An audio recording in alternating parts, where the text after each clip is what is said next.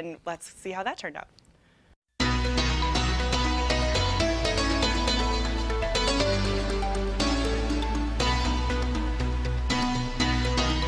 Walking into Righteous Babe Records, you are immediately greeted by a sort of eclectic clutter that screams something unique is happening here.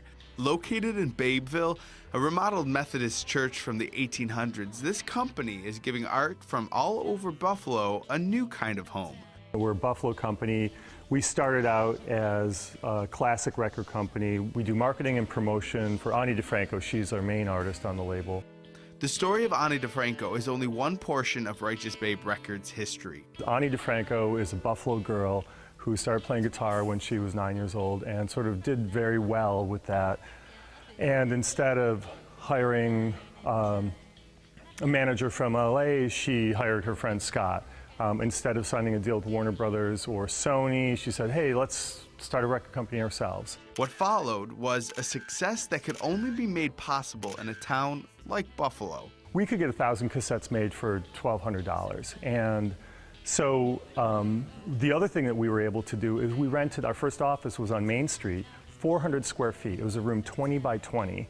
And we got a phone line, a fax line, and suddenly we're a record company. We could not have gotten an office in Manhattan for it was $250 a month for that 400 square foot office. In Manhattan, it would have been 10 times that.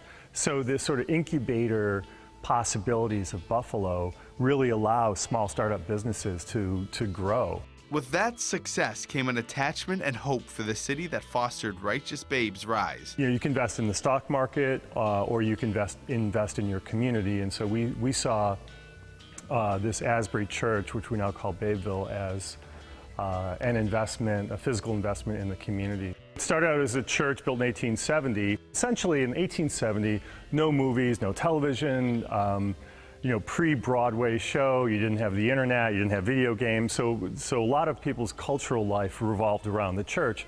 And so this building was built as a place for public assembly. And Babeville is still used as a gathering place. Righteous Babe Records, the company that I run, we're on the second floor. And in this hall right here, this is a place where all summer long we have wedding receptions on the weekends.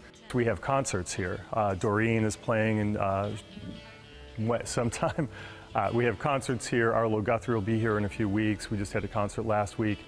We have a room in the basement called the Ninth Ward, holds like 150 people. So we do a lot of smaller shows down there, acoustic, jazz trios, you know, avant-garde artists, spoken word, things like that. Hall Walls Contemporary Arts Center has a theater in the basement. They have an art gallery, so there's shows that are happening all the time. New York City and LA may have the flashing lights and fame that many dream of, but it's Buffalo's sense of community and humble views of success that made this story a possibility. And of course, it's a story that isn't impossible to recreate. And coming up in just a little bit here on